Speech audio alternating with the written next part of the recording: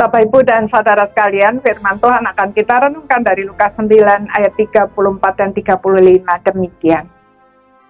Sementara ia berkata demikian, datanglah awan menaungi mereka.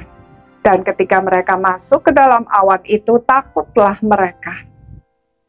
Maka terdengarlah suara dari dalam awan itu yang berkata, "Inilah anakku yang kupilih, dengarkanlah dia." Saudara, Tuhan sangat mengasihi dan sangat sabar terhadap kelambanan serta kebebalan anak-anaknya. Ketika Petrus dan kawan-kawannya tertidur sehingga kehilangan momen penting untuk mengenal Tuhan Yesus dalam kemuliaannya, Tuhan tidak memarahi atau menghukum mereka, melainkan memeluk mereka di dalam awan kemuliaannya.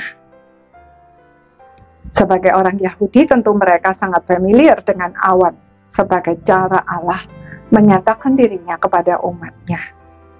Bukankah di padang gurun umat Israel dipimpin oleh tiang awan dan tiang api? Dan di Gunung Sinai Allah menyatakan diri melalui awan tebal yang turun menyelimuti gunung itu.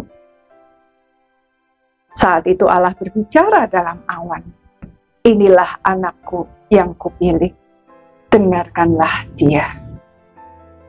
Anakku yang kupilih menyatakan otoritas Allah untuk memilih siapa saja yang dia kehendaki untuk melaksanakan rancangannya yang sempurna itu.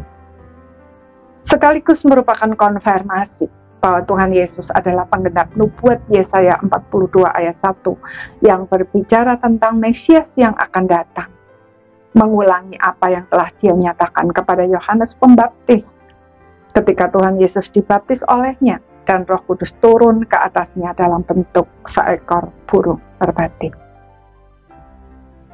Ketika hadirat Allah turun di tengah umatnya di padang gurun, tidak ada seorang pun yang berani memasukinya, kecuali Musa yang dipanggil untuk menerima 10 perintah Allah dan berbagai arahan lainnya.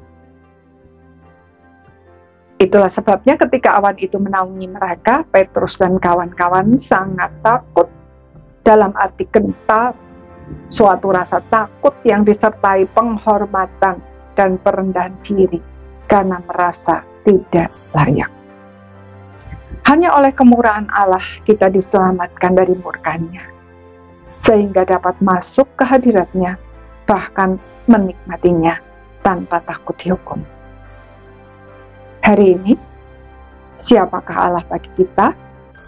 Sosok yang menakutkan, yang selalu mengawasi kita dan siap menghukum setiap kesalahan kecil yang kita lakukan? Atau pribadi yang membuat kita gentar, kagum, hormat, dan mengasihi Dia? Semua itu tergantung dari pilihan kita. Kita mau hidup terus di dalam dosa dan menolak Yesus Kristus?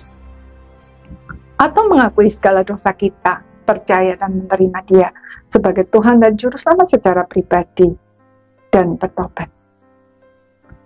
Orang percaya sejati tidak dikuasai ketakutan akan hukuman yang menghancurkan, tetapi kegentaran yang kudus, karena kita menghormati dan mengasihi Allah yang telah menebus kita dari dosa. Amin.